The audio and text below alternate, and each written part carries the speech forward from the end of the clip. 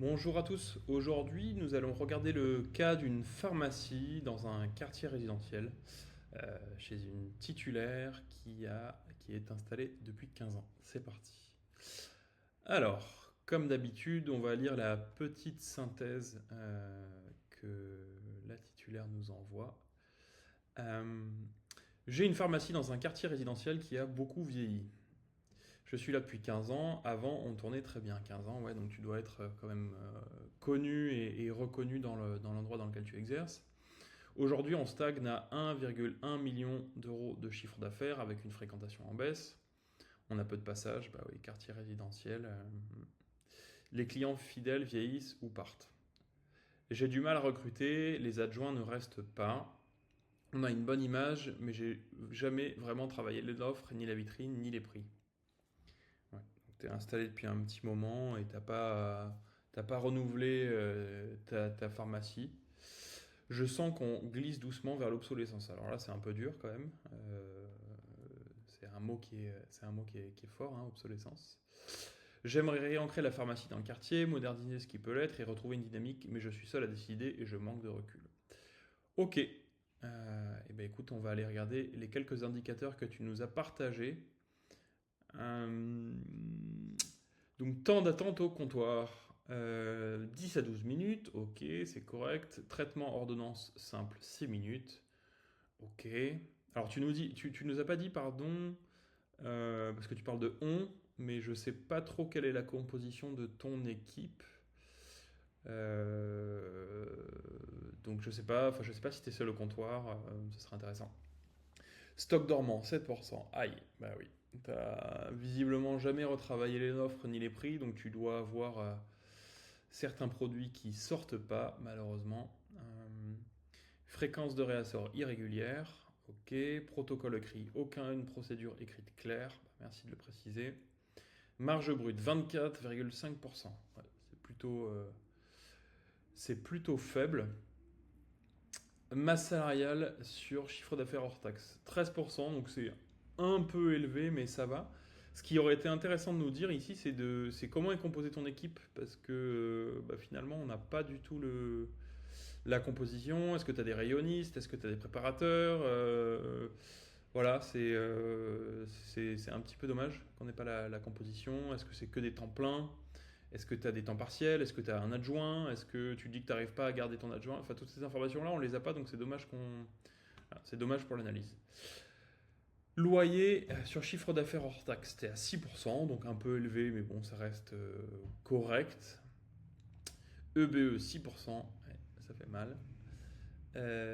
Stock, t'es très surstocké. Trésorerie, très très très très faible, 5 jours de trésorerie. J'imagine que tu dois avoir certains moments du mois où tu es en négatif.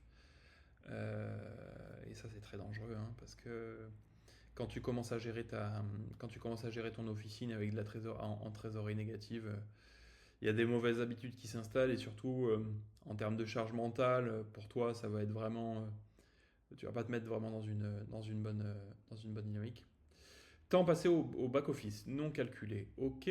Optimisation planning, non faite, ok. Ouais, donc là, on sent vraiment qu'il y a. Voilà, tu dis obsolescence, alors ça, c'est ton terme, mais on sent qu'il y a vraiment des choses sur lesquelles t'as plus fait grand-chose en fait depuis quelques temps, hein, tu vois. T'as pas optimisé tes plannings, tu sais pas du tout combien de temps tu passes au back-office, tu sais pas. Enfin, t'as pas adapté tes horaires, enfin, surtout dans un quartier résidentiel, comme ça, avoir des horaires qui sont adaptés, c'est hyper important parce que malheureusement, t'as pas beaucoup de passages. Donc là, ça aurait été intéressant de faire ça. Turnover élevé, bah oui, c'est ce que tu nous disais là-haut, là, que tu as du mal à recruter et que les adjoints restent pas. Alors pourquoi est-ce qu'ils restent pas? Je sais pas. Mais ça doit être très fatigant pour toi de passer ton temps à renouveler ton staff comme ça. Puis surtout, de la formation, ça prend du temps. Monter les gens en compétences, ça prend du temps. Et puis quand ils partent dans la nature au bout de 6 mois, voilà. Donc, voilà. Formation collaborateur zéro, ok. Bon, bah, peut-être que déjà là, ça explique peut-être un petit peu ton turnover. Tu vois, si les collaborateurs sont pas formés, qu'ils peuvent pas monter en compétences, peut-être qu'ils se projettent pas chez toi. Euh, Note de satisfaction du personnel non mesurée. Ouais. Est-ce que tu leur poses même la question, tu vois? C'est la question que je me poserais. Est-ce que tu leur poses la question bah non, parce que tu nous dis que tu fais même pas d'entretien annuel. Donc, ouais, là, c'est plutôt pas bon d'un point de vue managérial. C'est-à-dire que tu as un fort taux de départ, tu as beaucoup de gens qui rentrent, mais tu as aussi beaucoup de gens qui sortent dans ton équipe.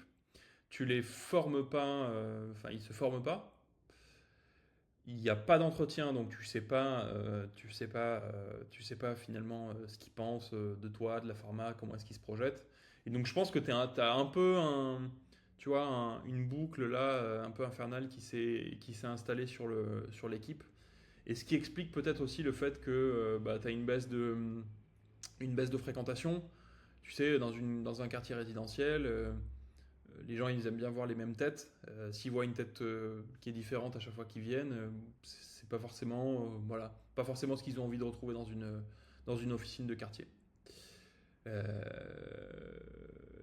Rôle, écrit, ok. Matériel, obsolète. Ok, bon, écoute, de toute façon, tu nous le dis, hein, t'as rien retravaillé depuis quelques années, donc ça m'étonne pas trop.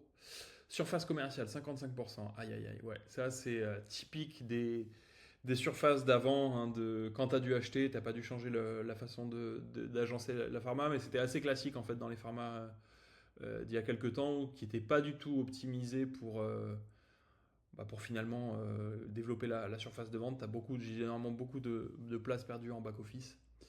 Donc voilà, c'est un peu dommage. C'est un peu dommage.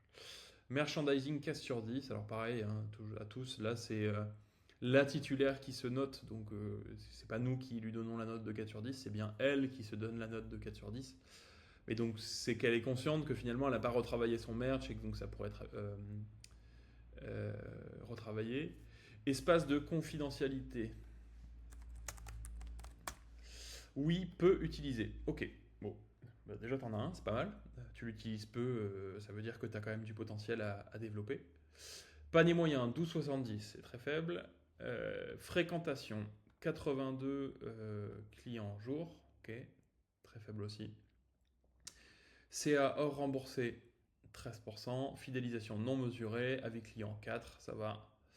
Ok, bon, écoute, c'est sûr il y a pas mal de choses à revoir ici, mais pour autant, je pense qu'il y a quand même du potentiel parce que là, je vois des choses autour de l'équipe, je vois des choses autour de ta surface qui est peut-être pas optimisée. Et tu es consciente aussi de tes faiblesses, hein. Tu nous dis que t'as jamais vraiment travaillé tout ça. Donc ça veut dire que t'es pas arrivé au bout du travail. Et ça veut dire qu'en retravaillant l'équipe, l'offre, le vitrine, le prix, etc., bah, tu peux aller rechercher de la croissance.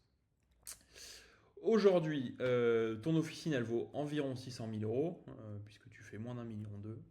Voilà, t'es dans la moyenne nationale. Et l'équipe te dit qu'un OBO, là, donc owner buyout, le fait de de se racheter sa pharmacie à soi-même, dans la théorie, ça serait envisageable, mais honnêtement, pas maintenant, parce que bah, là, tu serais en fait pas dans les bons dossiers bancaires, très clairement.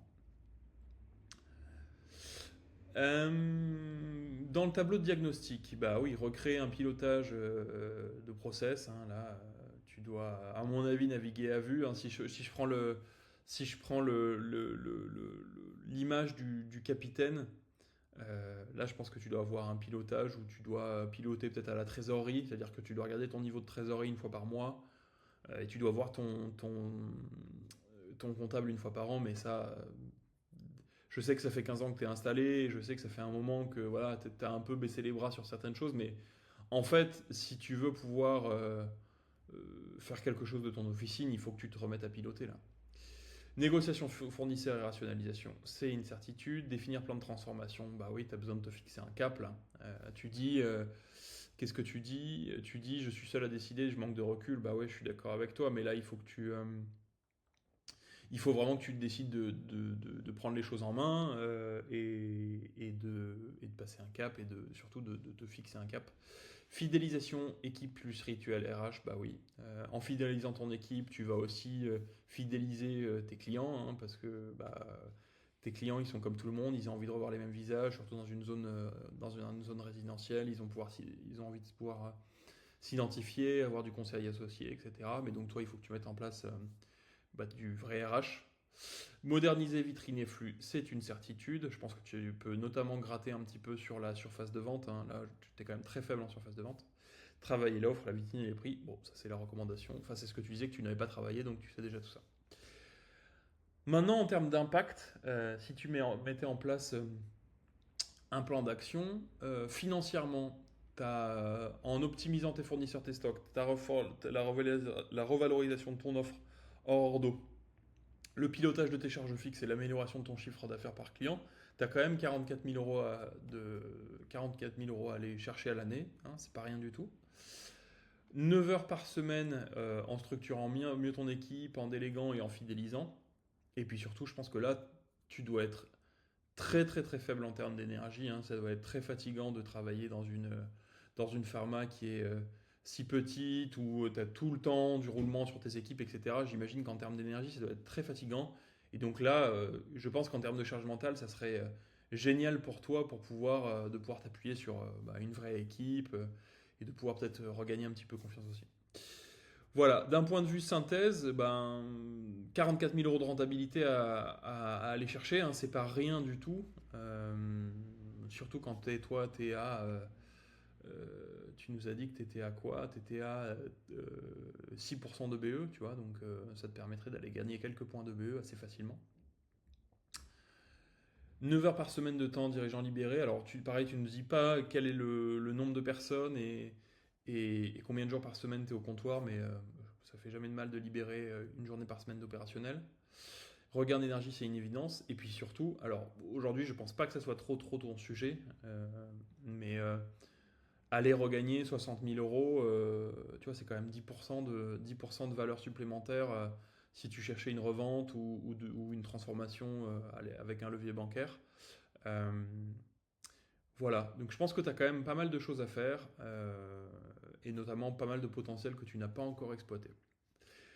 À tous, si vous êtes encore sur cette vidéo à ce moment-là, sachez que des audits comme cela, on en fait des dizaines toutes les semaines pour des professions libérales, notamment des titulaires. On serait très heureux de pouvoir vous accompagner dans vos plans de transformation.